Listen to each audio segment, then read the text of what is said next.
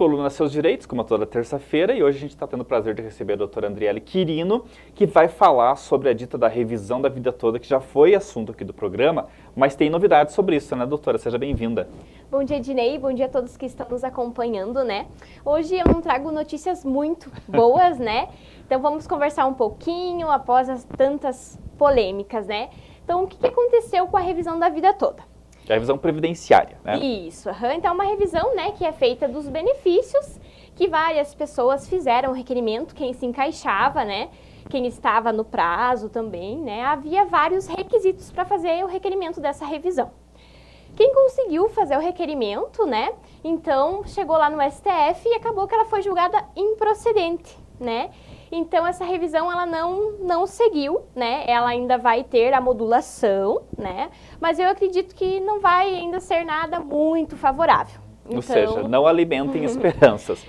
Só para a gente entender o que é, doutora, porque quando você vai pedir aposentadoria, você tem que apresentar documentação, tem que apresentar tudo aquilo, comprovar que você tem direito à aposentadoria. E aí é que entra a tal da revisão da vida toda, é isso? Isso. Então, o que era a revisão da vida toda? O que ela tinha o intuito? As contribuições anteriores a 1994. Então, muitas pessoas tinham contribuições mais altas do início da vida, né? E essas contribuições não entraram ali no cálculo dessa aposentadoria. E o que acontece? As pessoas vão fazer o requerimento dessa aposentadoria e não fazem uma análise do CNIS, né? Então, essas contribuições ali, elas ficam de fora. Até já esse é um assunto que eu vou falar um pouquinho mais pra frente.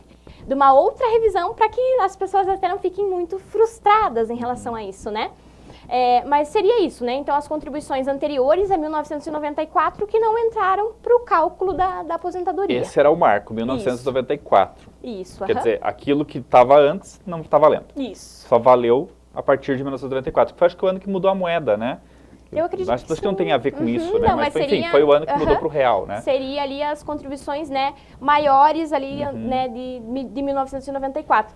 E não era todas as pessoas que conseguiam fazer esse requerimento da revisão, né? Tinha que ter cálculos.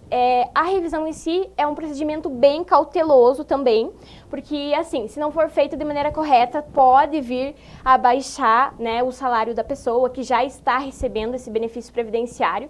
Por isso, né, o profissional que vai realizar esse requerimento, ele tem que estar bem atento ali todas as situações para que o segurado não seja prejudicado. Né? Mas teve muita gente que entrou com pedido, né? Muita gente tentou vinha tentando revisar, muitos advogados se movimentando nesse sentido, mas embora tenha algumas modulações que precisam ser feitas, a expectativa de que isso mude é muito pequena. É muito pequena. Aí, assim, teve pessoas, né, que tiveram tutela antecipada, receberam valores, né? Então, agora, procurar o profissional que fez o requerimento ali, conversar, para ver como que vai ficar a situação em relação a isso. Teve pessoas que não tiveram a justiça gratuita deferida, né? Então, para ver como que vai ficar as custas do processo também. Então, tudo uma conversa ali com o profissional que fez o seu requerimento, para verificar como que vai ficar a situação. Né? Mas quando você fala tutela antecipada, você está falando que recebeu o dinheiro antecipado. E aí como é que fica? Tem que devolver? Então, há situações que o profissional ali vai ter que argumentar, né, para que esse dinheiro não tenha que ser devolvido. Que problemão, né? Que problemão. E, claro, né, do ponto de vista do segurado, é muito bom, né, se tivesse feito a revisão da vida toda. Mas também, se o Supremo decidisse que ela é válida, quem ia levar mais um rombo era o governo federal, né? Então, a gente já tem várias situações, né, que a Previdência vem passando, a gente sabe, e mais um seria, né, uma catástrofe. Essa semana saiu um estudo, eu não sei dizer os números exatamente, André, mas saiu um estudo que aponta que é totalmente desproporcional o total de pessoas que estão trabalhando, contribuindo, com o número de pessoas que estão recebendo, que é muito mais alto. Então, vai chegar uma hora que isso aqui vai quebrar realmente, né? E hoje, né, nos dias de hoje as pessoas têm previdência privada, né, muitas pessoas fazem investimento, então lá no futuro, né, como que vai ser essa situação? O que eu tenho para dizer também é que diante dessa situação, para as pessoas não se frustrarem, né, porque a gente tem outros tipos de revisão. Então, de repente o prazo, né, a gente tem um prazo decadencial de 10 anos para revisar o benefício, ainda pode ter, né, esse prazo do seu benefício para revisar, a gente tem outras possibilidades, né, que é a revisão da RMI, a revisão, o que é a revisão da RMI, né? Da renda mensal inicial. Ou seja, quando a pessoa ela vai lá e faz o pedido da aposentadoria, muitas vezes ela não percebe, né, que há salários que não entram no cálculo da aposentadoria.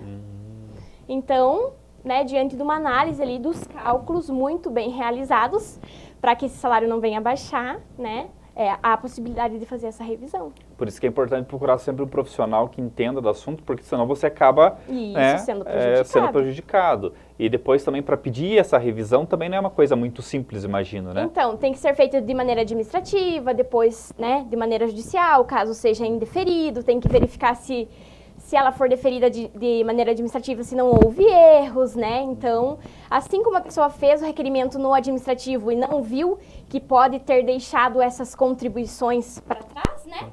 Na revisão também pode ocorrer, né? Então, seria muito interessante a gente mandar um recado até para a gente, já encaminhando para o final da nossa participação, André, falar diretamente com quem pediu a revisão da vida toda. Tem que tomar uma providência? Não tem mais esperança? O que você diria para essas pessoas? Então, verificar se não há outras possibilidades de rever esse benefício, né? E também conversar com o profissional que fez o requerimento ali, para verificar a situação, se vai ter que pagar custas desse processo, se de repente recebeu valores, se não vai, né? Ter que ver como que ficou essa situação, conversar com o profissional e de repente, né, ver as situações se não cabe outros tipos de revisão.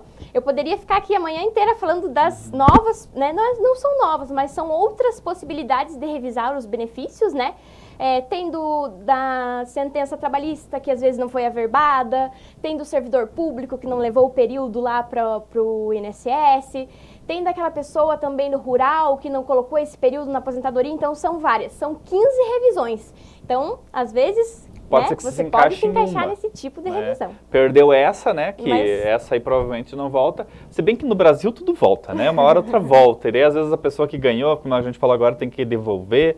Enfim, as nossas leis, elas não são muito seguras, podemos dizer assim, né, em todos os segmentos. Mas você pode ter direito a um outro tipo de revisão, importante que você procure aí um profissional da sua confiança. Doutora Andriele, falando hoje então sobre a revisão da vida toda, que mudou a partir da decisão da STF de não reconhecê-la, né, no nosso quadro Seus Direitos, que toda terça-feira tem um assunto relevante para tratar com você sobre direitos que às vezes você nem sabe que você tem, mas você tem, né, doutora? Sim.